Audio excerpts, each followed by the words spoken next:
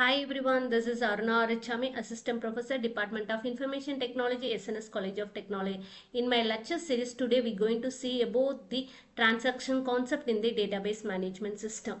And also, we're going to discuss the further about the important topics under the transaction concept, that is asset properties, schedule, serializability, and how the locking protocol can be work in transaction concept, along with the different types of the locking protocol with the various isolation level, how in real time we can use the save point along with the transaction recovery mechanism. So after that, we're going to see the what do you mean by the transaction concept. So by saying this thing, yes, some communication can be taken place between the two persons. So this is nothing but a message can be exchanged between the two persons. So this is also a transaction because some message can be transferred. See here, this everything is belongs to the transaction concept. So nowadays in real world, everyone we are having the GPay account. Am I right or wrong? So in this thing, a amount can be transferred from one person to the another person easily with the fraction of second. So just we need only the phone number, through that we are transmitting the amount, or UPI number we are transmitting the amount. How it can be done? What is the internal logic behind this particular transaction? So how it can be worked, that only we going to discuss under this particular topic. So before entering into the thing, first we have to know about the online transaction processing versus online analytical processing, and where it could be and all using in a day-to-day life. So by seeing this diagram itself, we can able to see that thing. My OLTP can be used for the business processing application, but OLAP can be used only for storing the data. So my certain data can be stored, or information and data can be stored in my data warehouse. So by using that thing, we can able to retrieve the thing. In this case, we need only denormalized data.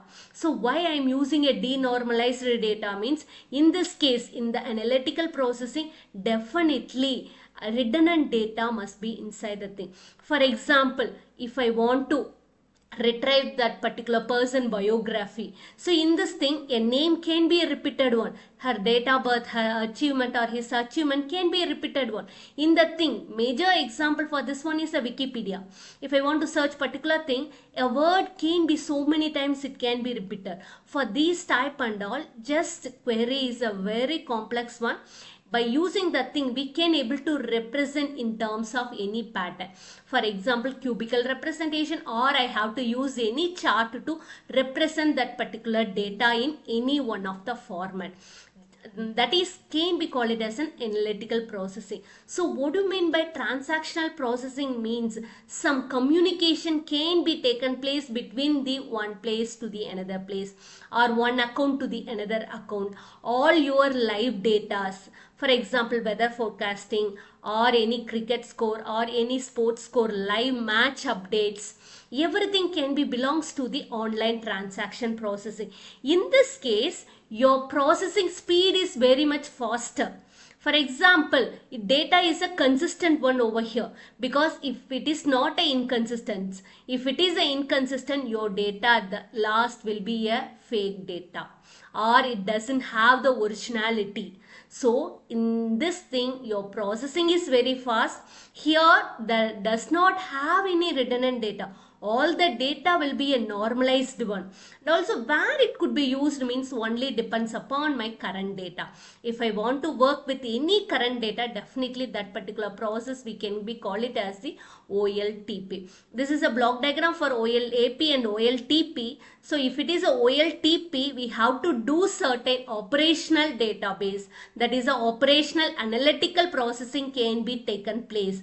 But in my OLAP, just we going to retrieve the particular data from data warehouse, that could be used only for the business processing, either it in any one of the pattern. So both the thing in OLAP and OLTP, OLAP operation can be taken place, but in OLAP only a decision making can be taken place, but my both data can be stored in the data warehouse. Through data warehouse only we are retrieving the data. So all real-time application, all your amount transfer, all you are dealing with the current data, live data, everything can be come under the transactional processing. Remaining everything can be have a OLAP, that is a analytical processing. Thank you for watching my video. In my next series today, we're going to discuss about in detail about the transaction concept along with the asset property.